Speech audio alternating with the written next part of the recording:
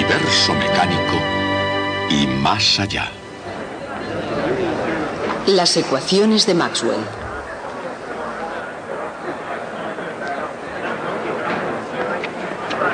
Cuando yo iba a la universidad, como ustedes ahora, hice un curso de historia moderna.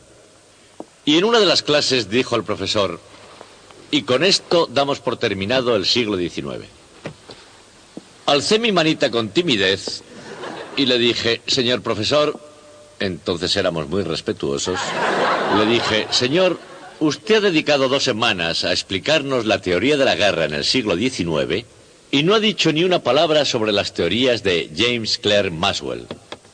Esa teoría de la guerra en el siglo XIX es un tema de significación poco duradera, mientras que lo que hizo Maxwell afecta cada día de nuestras vidas. ¿No le parece que es una extraña distorsión sobre lo que es importante en historia? Después de todo, quizá no fuéramos tan respetuosos. Quizá molesto, o tal vez picado por mi pregunta, demostró que sabía quién era Maxwell y explicó brevemente a la clase lo que había hecho. El punto es que la historia de la ciencia es la hijastra de la profesión de historiador. La mayoría de los historiadores la ignoran precisamente porque no la entienden. Son como esos que buscan las llaves debajo de la lámpara porque es donde hay luz, aun cuando las hayan perdido en otra parte. Bien, les diré lo que voy a hacer yo.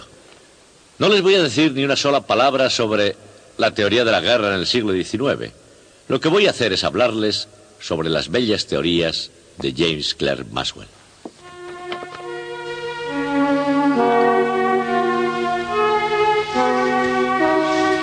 Las elegantes teorías matemáticas no fueron las únicas cosas bellas de que se rodeó James Clerk Maxwell. Estaban sus valiosos libros, por supuesto, y en el exterior de su bien amueblado estudio se encontraban las colinas onduladas de Glen Eyre, la propiedad familiar de Maxwell, a 2 días de viaje de Edimburgo. Cada mañana, más cercana incluso a su corazón, estaba Catherine. Buenos días, James. Oh, querida, ¿ya me traes el té? Te pones a trabajar y no sabes ni la hora. Se conocieron en Aberdeen, en el Marischal College, donde Maxwell empezó a enseñar en 1856. 2 años más tarde, James escribía a su tía Kay: la presentes para comunicarte que pronto tendré esposa. Predijo que su nueva novia, con toda seguridad, no me parará las matemáticas. Y como ya era característico en todas las predicciones científicas de Maxwell, esta fue igualmente exacta.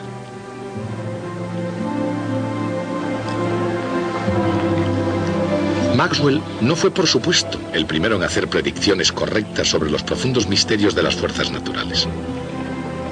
2 siglos antes, Isaac Newton ya había escrito un libro sobre el tema, pero tuvo que expresarse en términos de acción a distancia.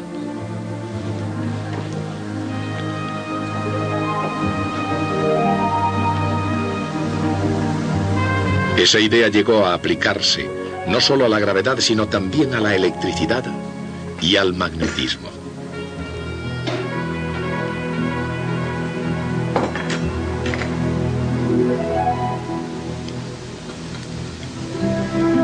Después, en la década de 1830, pisando los talones a los franceses Coulomb y Ampère, y sobre todo siguiendo la pista de Hans Christian Ørsted, apareció Michael Faraday. Se sentía fuertemente atraído por la electricidad y el magnetismo, y en agosto de 1831 ya tenía claro cuál iba a ser su camino. Faraday, tomando las cosas donde Ørsted las había dejado, confirmó que una corriente eléctrica puede producir un campo magnético. Y yendo más lejos todavía, demostró también que un flujo magnético variable puede crear una corriente eléctrica.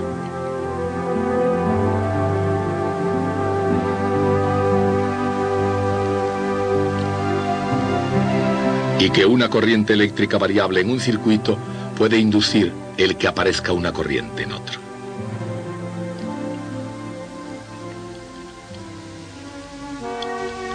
¿Este, James? Sí, ese, el libro de Faraday. Después de eso, y especialmente a la luz de descubrimientos similares del americano Joseph Henry, el principio de inducción en la naturaleza de la electricidad y del magnetismo estaba ahí porque el mundo científico pudiese contemplarlo. Y ciertamente en el interior de la casa de Maxwell, el libro de Faraday, Investigaciones experimentales en electricidad, era considerado como el texto definitivo.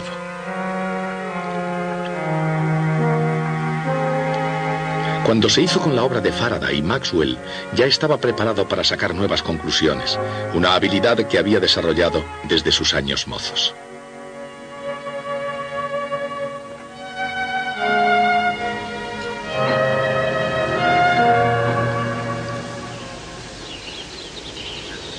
Cuando era estudiante en Cambridge, el profesor de matemáticas de Maxwell hizo la siguiente observación: parece imposible que él piense algo incorrecto en temas de física.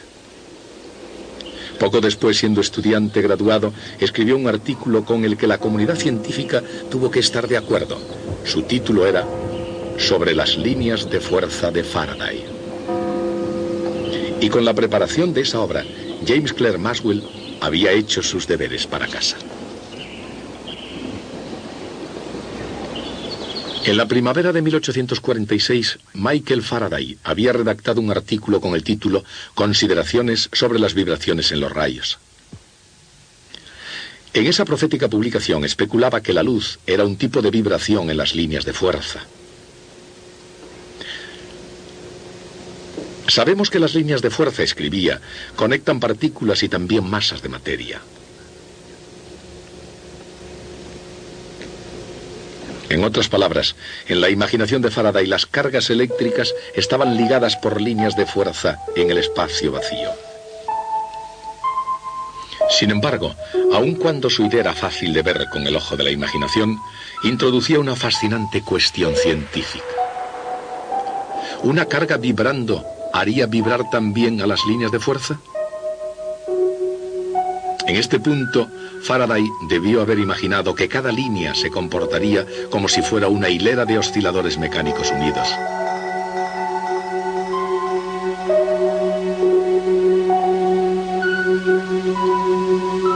Y en ese caso, habría visto una perturbación propagándose a lo largo de la hilera, bien como onda longitudinal,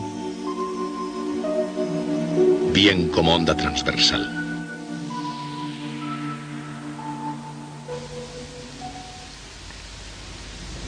Independientemente de la forma que puedan haber tomado esas vibraciones en su imaginación, lo importante estaba en el hecho de que Faraday las había visto.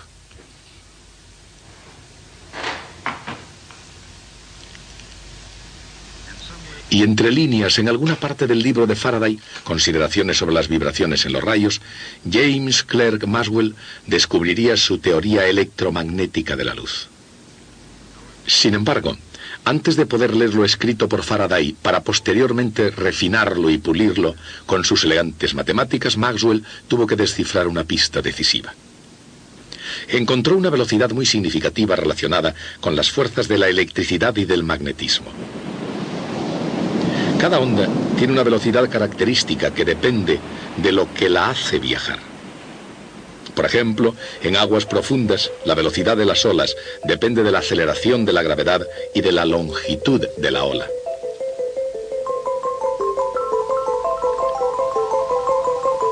En el aire, la velocidad del sonido depende de la presión del aire, así como de la densidad del medio.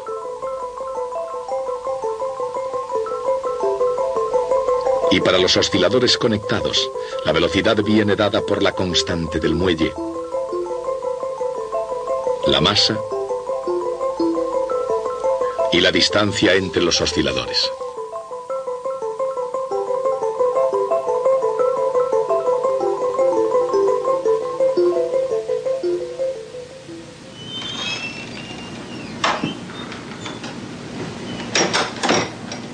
Había llegado el momento en que Maxwell se sentara a determinar la velocidad de las ondas en las líneas de fuerza de Faraday.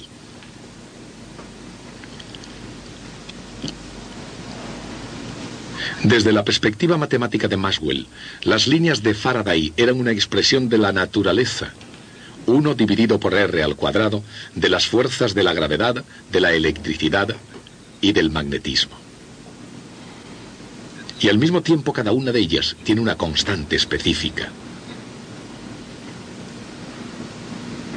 Y al caer en unas manos científicas adecuadas, esos hechos llegaron a convertirse en lo siguiente.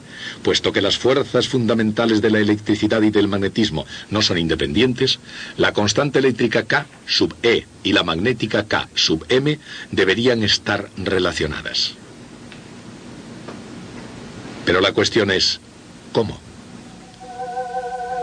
El cociente K sub E partido por K sub M tiene por unidades metros al cuadrado dividido por segundos al cuadrado.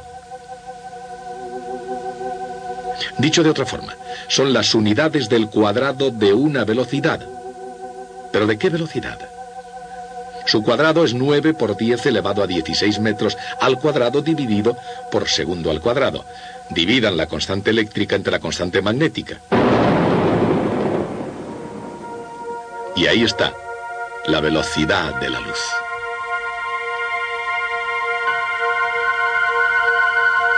Fue un descubrimiento asombroso.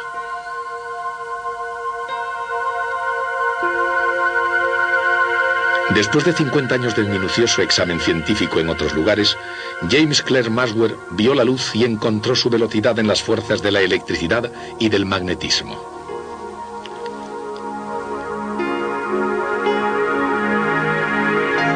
Pero no eran solo las fuerzas fundamentales lo que ocupaban la mente de Maxwell.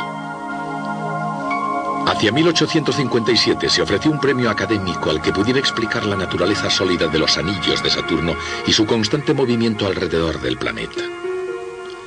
La respuesta de Maxwell dio en el clavo. Maxwell escribió: la única estructura que podía explicar tal estabilidad era que estuviesen constituidos por un enjambre de partículas desconectadas. El trabajo de Maxwell no solo ganó el premio de Cambridge, ganó además el elogio de toda la comunidad científica. Sir George Airy, astrónomo de la Casa Real Británica, lo calificó como una aplicación notabilísima de las matemáticas. Quizás porque una buena acción merece una recompensa, Maxwell puso sus ojos enseguida en otras partículas, además de las de los anillos de Saturno. Desarrolló una teoría cinética de los gases según la cual las moléculas de gas son pequeñas partículas elásticas que chocan unas con otras al moverse a diferentes velocidades.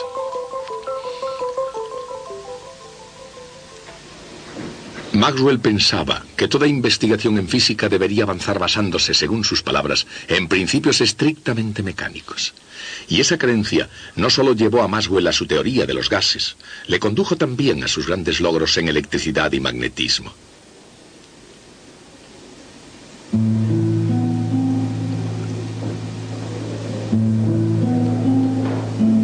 Para continuar su investigación, el matrimonio Maxwell se trasladó a Kensington, en Londres, en el año 1860.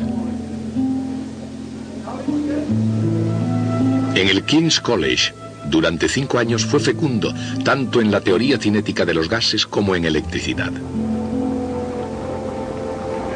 Y aquí, en la Royal Institution de Londres, Maxwell conoció finalmente a Faraday. Faraday, como recordarán, había visto la electricidad en términos mecánicos, no solamente como una idea que estaba en armonía con la acción a distancia de Newton, sino como algo de líneas físicas, una estructura sólida de fuerzas que irradiaba a través del espacio.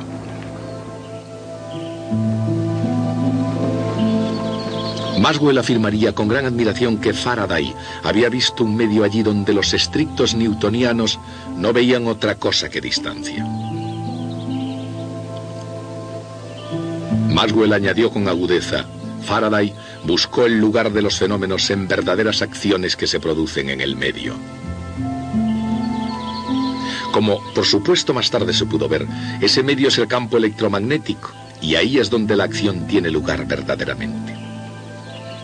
Pero antes de que Maxwell pudiera captar el mensaje procedente del medio, tuvo que determinar si las ondas podían viajar a través de los campos eléctrico y magnético a la velocidad de la luz. Si era así, tendrían que obedecer a las 4 leyes de la electricidad y del magnetismo.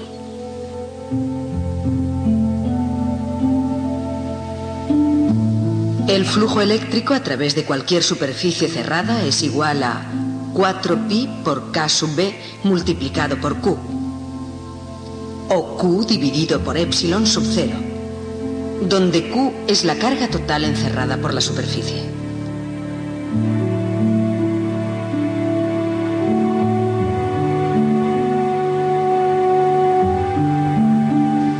Y el flujo magnético a través de cualquier superficie cerrada es siempre igual a 0.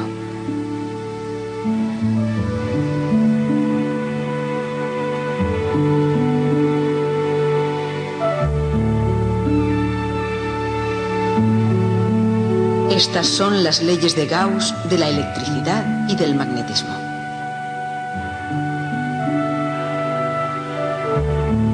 La circulación del campo magnético a lo largo de cualquier trayectoria cerrada es igual a mu sub 0 por la intensidad de la corriente eléctrica que pasa a través de la superficie bordeada por esa trayectoria. Esta es la ley de Ampère. La circulación del campo eléctrico a lo largo de cualquier trayectoria cerrada es igual a menos el ritmo de cambio del flujo magnético a través de la superficie bordeada por esa trayectoria. Esta es la ley de Faraday de la inducción electromagnética.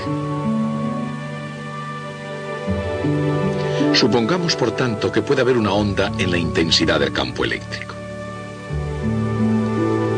Esta es una onda transversal plana y viaja, por supuesto, a la velocidad de la luz. Pero consideremos el campo en cualquier instante. Como está dirigido hacia arriba en una región y hacia abajo en otra próxima, tiene una circulación según una trayectoria como esta. Según la ley de Faraday, eso significa que debe haber flujo magnético a través de una superficie bordeada por esa trayectoria, y más aún, que debe estar cambiando con el tiempo.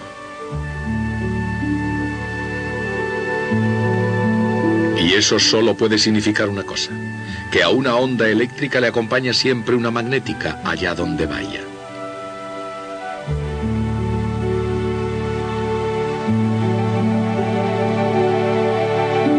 Pero, y aquí está el punto decisivo del problema, a su vez eso significa que en cualquier instante hay una circulación del campo magnético según esta trayectoria. Y según la ley de Ampère, eso solo puede ser verdad si hay una corriente a través de la superficie que bordea dicha trayectoria.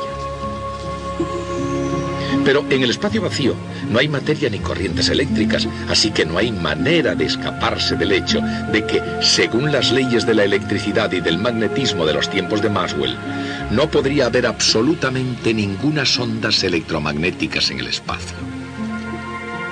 La cuestión era esta: si las leyes de la física establecían que en un espacio vacío no podían existir ondas, ¿podría haber sido que, aunque fueran leyes fundamentales, de algún modo estaban incompletas?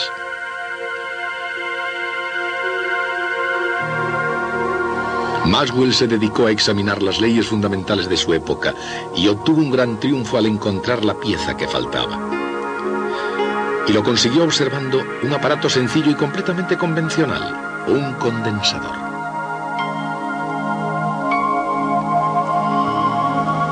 La circulación magnética a lo largo de cualquier trayectoria depende de la corriente eléctrica que atraviesa la superficie bordeada por dicha trayectoria. La única manera de estar seguro de que la corriente va a través de esa superficie es imaginando una membrana bordeada por la trayectoria. La corriente entonces deberá pasar a través de la membrana independientemente de la forma que tenga esta.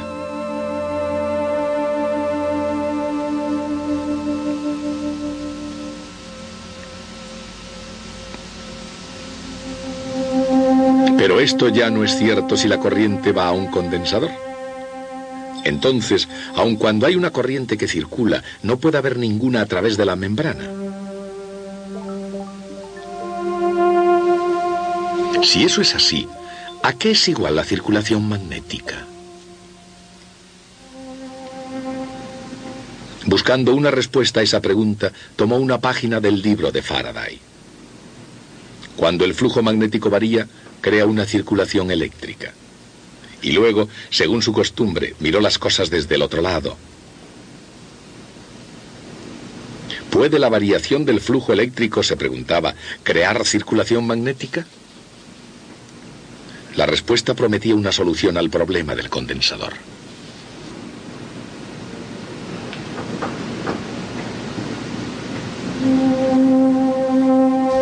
Cuando la corriente fluye a un condensador, la carga aumenta, lo que crea un campo eléctrico creciente entre las placas.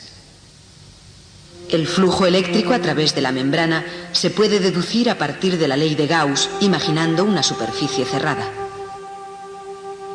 Todo el flujo va a través de la membrana en forma de cúpula y es igual a la carga en la placa del condensador dividida por epsilon sub 0.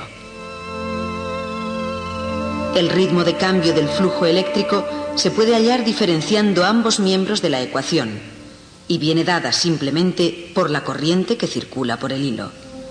En otras palabras, epsilon sub 0 multiplicado por el ritmo de cambio del flujo eléctrico a través de la membrana con forma de cúpula es lo mismo que la intensidad de la corriente eléctrica a través de la membrana plana.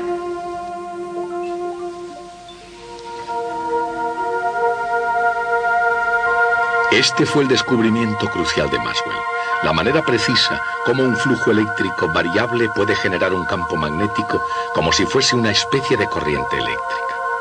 De hecho, el propio Maxwell llamó este término matemático corriente de desplazamiento. Dicho de otro modo, la circulación magnética a lo largo de una trayectoria cerrada viene dada no solo por la corriente eléctrica a través de la superficie bordeada por dicha trayectoria, sino también por el ritmo de cambio del flujo eléctrico a través de dicha superficie. Así es como Maxwell completó las leyes de la electricidad y del magnetismo.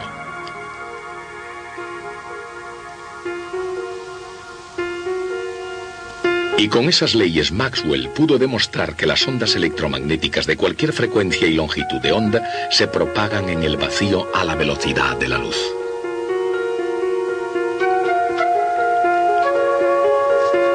El descubrimiento de Maxwell, que en aquel momento parecía puramente teórico, llevaría a que las imágenes y sonidos del siglo XX se irradiasen a través del espacio no solo en forma de luz visible, sino también como ondas radiofónicas, microondas y ondas de todo el espectro electromagnético.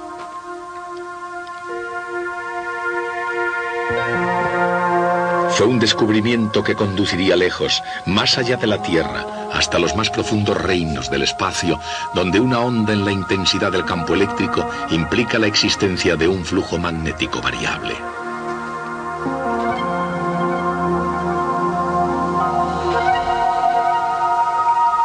Eso significa que hay ondas en el campo magnético.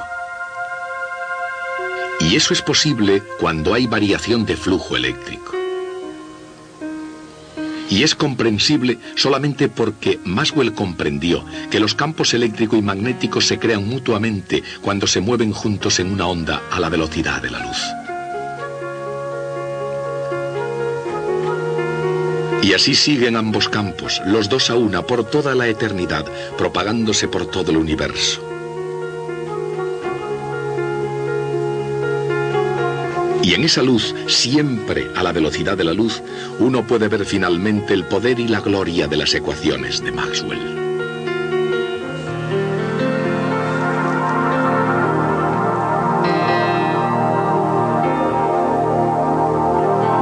Así como Newton nació el mismo año en que murió Galileo, Maxwell nació en 1831, el año en que Faraday descubrió la inducción electromagnética. Y murió en 1879, el año del nacimiento de Albert Einstein. ¿Cómo podría haber resultado mejor? Porque entre Newton y Einstein, nadie en la historia científica ha dejado una huella tan profunda. Maxwell se adelantó al perfeccionar y redefinir las leyes fundamentales de la naturaleza, y en ese proceso construyó un puente hacia la física moderna. Lo cierto es que Maxwell era una de las mentes mejor dotadas que la raza humana pudo producir durante el siglo XIX, y eso combinado con su espléndida educación de Cambridge hizo posible que pudiera lograr todo lo que se proponía. No les he dicho nada de su sentido del humor, aunque en una ocasión hace bastante tiempo les leí uno de sus poemas cómicos sobre la Compañía Telegráfica del Atlántico. Hoy me gustaría leerles un trocito de otro de sus divertidos versos. El poema está en este libro, que es muy antiguo, pero de mucho valor. No quisiera manosearlo demasiado, así que arrancaré las hojas. Así estoy más cómodo. Este es un problema para casa.